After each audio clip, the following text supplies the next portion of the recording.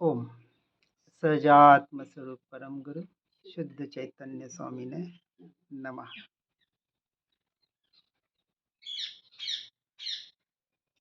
भावलिंगी मुनि आचार्य भगवंत तारण तरण स्वामी जो 16वीं शताब्दी में होके गए, उनका सिद्ध स्वभाव ग्रंथ पर हमने अल्प बुद्धि से कुछ जानने का प्रयास किया। आगे का ग्रंथ सुन्न स्वभाव, सुन्न दो प्रकार से इसका अर्थ कर सकते हैं। यहाँ ब्रह्मचारी श्री जयसागर जी की टीका पर आधारित समझने का प्रयास करेंगे। सुन्न यानी शून्य भी होता है और सुन्न यानी जिस भाग को सुन्न किया जाता है, अर्थात कोई ऑपरेशन करना हो तो एनेस्थेसिया इंजेक्शन देके उस भाग को निष्क्रिय जैसा किया जाता है कि जिससे हमें वेदना ना हो। यहाँ स्वभाव यानी स्वभाव, ये शून्य निर्विकल्प के अर्थ में नहीं। हाँ, इसलिए उसको निर्विकल्प की अवस्था में ही यही आगे बता रहे हैं। एक वस्तु में दूसरी वस्तु का अभाव होना सो शून्यता है। इसलिए दो प्रकार से इसको समझने का प्रयास करना है। कल परसों हमने समझा था इसको। एक वह शून्य जिसमें किसी का प्रवेश ही नहीं, ऐसा ठोस, और एक ऐसा शून्य जो पर से शून्य है और स्वयं में परिपूर्ण है। शून्य की परिभाषा सत्ता एक शून्य बिंदु, अर्थात एक ही सत्ता की परिपूर्णता को शून्य कहते हैं। उदाहरण से कि कोई मकान सुना है, अर्थात मकान तो है परंतु मकान के अलावा वहाँ और कुछ भी नहीं है, जिसे हम खाली मकान कहते हैं। शून्य अपने आप में तो शून्य अवश्य है, परंतु एक पर शून्य रखो तो एक का 10 गुना महत्व है। शून्य के आगे एक लगाते, जितने जितने शून्य बढ़ाते जाएंगे उतनी उतनी उसकी महत्ता बढ़ती जाएगी। ऐसे पर से शून्य और स्वयं में परिपूर्ण जो एक दशा स्वयं की, इस तरह से यहाँ समझने का प्रयास करें। और सिद्ध स्वभाव या शून्य स्वभाव अपेक्षा से कि जहाँ जब भावलिंगी मुनिराज छठे सातवें गुणस्थानक में झोला खाते हैं, सातवें गुणस्थानक में अप्रमत्त दशा में शुद्धोपयोग में निर्विकल्प होते हैं, अर्थात पर से शून्य होते हैं, इस अवस्था को भी ले सकते हैं। इसलिए आत्मा और अध्यात्म के लिए शून्य का बहुत बड़ा महत्व है। शून्य को सिद्धांत में रूपातीत ध्यान भी कहा गया है। आत्मा एक बार शून्य होकर देखे, 10 गुणी महिमा को प्राप्त करेगा और जितनी शून्यता की ओर बढ़ेगा, अर्थात जितना अपने में लीन होगा स्वयं से स्वयं में, उतनी उसकी महिमा, अर्थात अपेक्षा से यहाँ गुणस्थानक कह सकते हैं, आगे आगे बढ़ता जाएगा। करना क्या है कि आत्मा में जो कचरे का घर बना रखा है, उस एकमात्र कचरे को बाहर कर फेंकना है।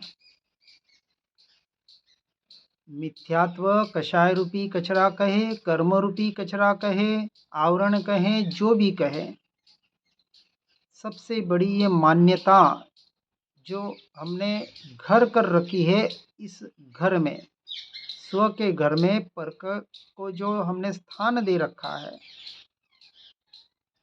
इस कचरे रूपी मिथ्यात्व रूपी कषाय रूपी गंदगी को जो आत्मा में लगा रखा है, मान्यता के आधार पर, मिथ्या श्रद्धान के आधार पर, उसे अलग करना, यह व्यवहार की अपेक्षा से, और अलग ही है ऐसा स्वीकार करके अपने स्वरूप और स्वभाव की साधना और आराधना करना, इतना काम हो जाएगा, फिर तो अपने घर पर अपना अधिकार करने वाला कौन होगा? जिसने अपने शुद्ध स्वरूप को स्वीकार किया, यथार्थ रूप से अपने घर का जिसने स्वीकार कर लिया और पर वस्तु से अपना इनकार कर लिया, पर में मैं मेरा कुछ भी नहीं, मैं मेरापना यदि छूट गया उसे, तो स्वरूपाचरण से लेकर यथाख्यात चारित्र पर्यंत का अपना वैभव जो अपने घर से अपने में प्राप्त करेगा। इसलिए सवाल तो दूसरों से घर खाली कराने का है। अपना घर अपने अनंत गुणों से परिपूर्ण भरा पूरा है, लेकिन 8 कर्म रूपी और विशेष कहे इस मोह राजा ने उस पर कब्जा कर रखा है। किसकी वजह से? हमारी मिथ्या मान्यता की वजह से, स्वयं के भ्रांति की वजह से। सारा कथन व्यवहार का होगा, वास्तविक कोई कब्जा वब्जा नहीं कर रखा है। ये तो जीव की अपनी स्वयं की भूल है, मान्यता की, श्रद्धान की, कि पर के आवरणों को, पर के जोर को स्वीकार कर रहा है और अपने अनंत वीर्य का पता नहीं, अपने अनंत गुणों का पता नहीं, अपने स्वरूप और स्वभाव का पता नहीं, अपने सुख, अनंत वैभव, अनंत ज्ञान, जो भी कहें, अनंत चतुष्टय, उसका यथार्थ श्रद्धान नहीं। इसलिए बाहर माथा मारते फिर रहा है। इसलिए एक बार अपने घर की सीमा तो समझ में आवे, मैं क्या और मेरा क्या, ये समझ में आएगा तो नेचुरली पता पड़ेगा कि पर क्या, मेरा और मैं क्या नहीं हूँ और क्या हूँ, इसका यथार्थ निर्णय कर पाएगा।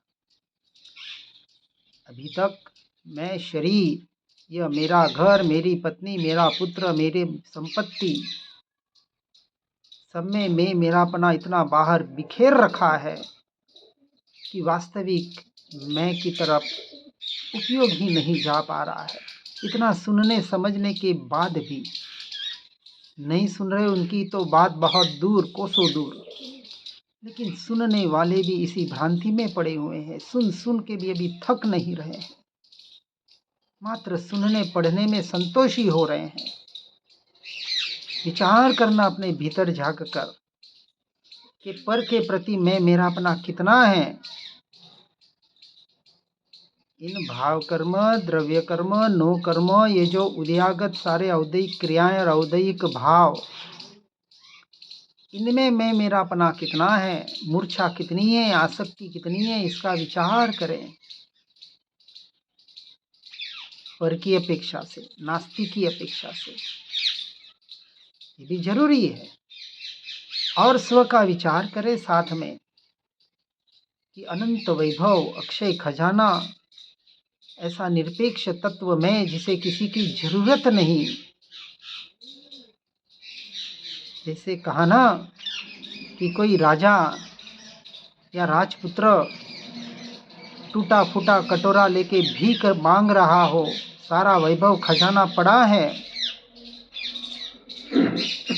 और भिखारी बनकर भीख मांग रहा हो कि मुझे कुछ सुख दे दो, कहीं से मुझे सुख प्राप्त होगा। अपनी मान्यता को इतना पर और पर में फैला रखा है कि अपने राजा पने का, अपने होने पने का, अपने अस्तित्व का पता ही नहीं है। और अनादिकाल से यही कार्य तो चल रहा है। इसलिए मोह कर्म तथा उसका परिवार। क्यों? क्योंकि मोह कर्म में भी ये दर्शन मोहनीय, ये मुख्य उनका राजा सेनापति चारित्र मोहनीय, और बाकी के तो खारे उसके प्यादे हैं। यदि यह सारा कर्म का परिवार इस आत्मा का घर छोड़ दे, कब छोड़ेगा? जब अपने आप को छूटा मानेगा तब। मैं आत्मा, शुद्धात्मा, परमात्मा स्वरूप हूँ मानने का मतलब क्या? अन्यथा मैं कुछ भी नहीं हूँ, अन्यथा मेरा कुछ भी नहीं है, ये साथ में आ गया। सिर्फ आत्मा आत्मा चिल्लाने से नहीं काम होगा, वो तो तूता रटन हो जाएगा। इसलिए अपने घर में अपना जितना अधिकार होता जाएगा, अपने स्वरूप में, अपने स्वभाव में, जो वास्तविक मेरा घर है, जो वास्तविक मैं हूँ, तो अपना वैभव अपने घर में सहज ही आता जाएगा। इस तरह से शून्य स्वभाव को यथार्थ रूप से समझने का प्रयास करना है। गाथा ग्रंथ के प्रारंभिक में मंगलाचरण में कहते हैं कि सिद्ध स्वभाव के बाद शून्य स्वभाव, स्वभाव निज, वह एकत्व विभक्त, पर की सत्ता से रहित अनुभव, जीवन मुक्त। जो स्वयं का स्वभाव पर से शून्य और स्वयं से परिपूर्ण निर्विकल्प, जिसमें विकल्प तो दूर कोसों दूर, भावों का भी अभाव है, सबसे अभावों से सबसे रहित, फिर भी स्वयं से परिपूर्ण, ऐसा जो निज का स्वभाव है, मेरा स्वभाव है, आत्मा का स्वरूप और स्वभाव है, जो एकत्व विभक्त रूप है, आस्ति नास्ति की अपेक्षा से, विभक्त से जो नास्ति की अपेक्षा से अपने उपयोग को हटा देता है और अपने स्वरूप और स्वभाव में एकत्व कर लेता है, यही एकत्व और अन्यत्व भावना का सार है। मात्र अकेला आया अकेला गया, इसका नाम एकत्व भावना नहीं। ये तो ठीक है व्यवहार की अपेक्षा से, अपने स्वरूप में एकत्व करना, सो एकत्व भावना। और जो स्वरूप में एकत्व हो जाए कि मेरा आत्मा, मेरे अनंत गुण, मेरी पर्याय, ये जो मेरा परिवार, इसके अलावा सब कुछ अन्य है, भिन्न है, न्यारे हैं, और इन सब से मैं स्वतंत्र हूँ, इसका नाम है अन्यत्व भावना। ऐसी भावनाएं भाकर अपने स्वरूप की ओर आने का प्रयास करना है भेद ज्ञान के साथ। ऐसी पर की सत्ता से रहित जिसने अपना अनुभव कर लिया, समझो उसी क्षण वो जीवन मुक्त हो गया। उसी क्षण उसने मोक्ष स्वभाव को, अपने स्वरूप को, सिद्ध स्वभाव को देख लिया, जान लिया, अनुभव कर लिया एक समय में। इतना विश्वास, इतना दृढ़ता आ जाए कि पर की ओर उपयोग ही न जाए और चला भी जाए तो वहाँ से जागृति पूर्वक। इसलिए चौथे गुणस्थानक में स्वरूपाचरण चारित्र में कहा कमलवत, कमल जैसे कीचड़ में रेसे भी उसमें लेपायमान नहीं होता। अब अपने विचार करना, हम लेपायमान हो रहे या नहीं, पर और पर द्रव्य, पर भावों में मैं मेरापना कितना है। अरे अशुभ छोड़ें, शुभ की भी बात हो रही है, क्रियाओं की। पूजा पाठ, व्रत, जप, तप, ध्यान आदि जो भी करते हैं, यंत्र मंत्र तंत्र, सब कुछ पर है। जब स्वयं की पर्याय भी अपेक्षा से पर कहा, कथनचित भिन्न कथनचित अभिन्न, क्योंकि क्षणिक है, क्षणभंगुर है, एक समय का सत्य है।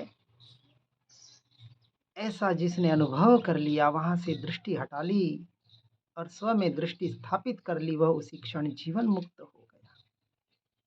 इसलिए पहली गाथा में कहते हैं, सिद्धि विशेष स्वयं च स्वभाव। ऐसी आत्मोपलब्धि, यह जो सिद्धि विशेष, बाहर की रिद्धि सिद्धियों की बात नहीं हो रही है, सिद्ध स्वभाव रूपी सिद्धि की बात होती है, जो स्वयं का स्वभाव है। इसलिए स्वयं की सिद्धि अर्थात स्वयं के स्वरूप को, स्वभाव को, अपनी आत्मा को प्राप्त करना, इसका नाम है सिद्धि विशेष।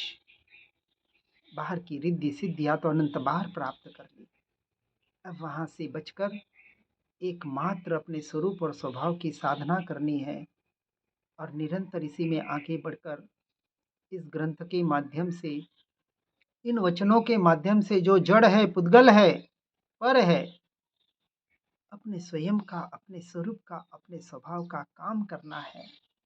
जो स्व है, जो मैं हूँ, हर जीव उस मैं की साधना और आराधना में आगे बढ़ने का प्रयास और पुरुषार्थ करे। इन्हीं भावनाओं के साथ ओम नमः सिद्धम। जिन वाणी के ज्ञान से हो सम्यक श्रद्धान, हो चारित्र महान, पाऊं पद निर्वाण। जहाँ वाणी के ज्ञान से सूझे लोकालो, सो वाणी मस्तक नमो सदा दीत हूँ धो।